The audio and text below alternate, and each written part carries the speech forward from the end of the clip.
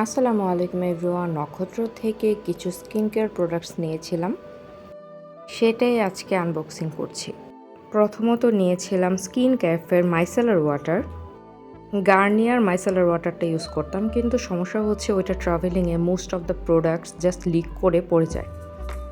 ওইটা আমি ক্যারি করতে পারি না কোথাও নিলে, তাই এই ধরনের মুখটা লাগানো থাকবে এরকম একটা মাইসেলার দরকার ছিল, তাই এটা নিয়ে নিলাম।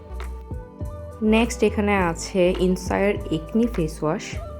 রিসেন্টলি আমার ফেসে মোটামুটি কিছুদিন ধরেই আমার ফেসে একনি হচ্ছে, তো এখন কি ইউজ করা যায় সেটার জন্য আমি এটা নিয়ে নিলাম।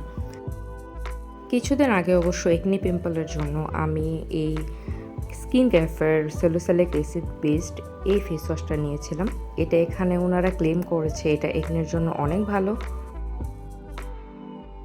মানে মূলত একনি প্রোন স্কিনের জন্য এটা তৈরি করা, কিন্তু আমি আসলে ওই রকম ভালো কোনো রেজাল্ট না পেয়ে আমি এই প্রোডাক্টটা থেকে অন্য একটি প্রোডাক্টে সুইচ করলাম। মানে আমি ইনসায়ার ওই একনি ফেস ওয়াশটা কিনে নিলাম।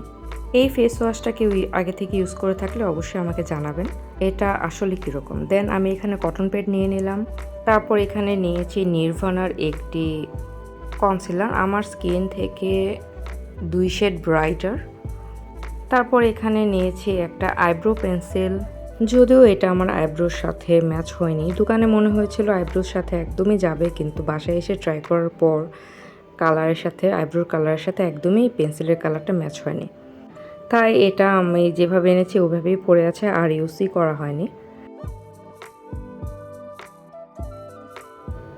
এই তো এখানে হলো আমার টোটাল বিলের কাগজ। তো এটা আমার আজকের টোটাল পারচেস। কারোর এখানে ইউজ করা কোনো প্রোডাক্ট থাকলে আমাকে অবশ্যই রিভিউ জানাবেন। আজকে এ পর্যন্তই।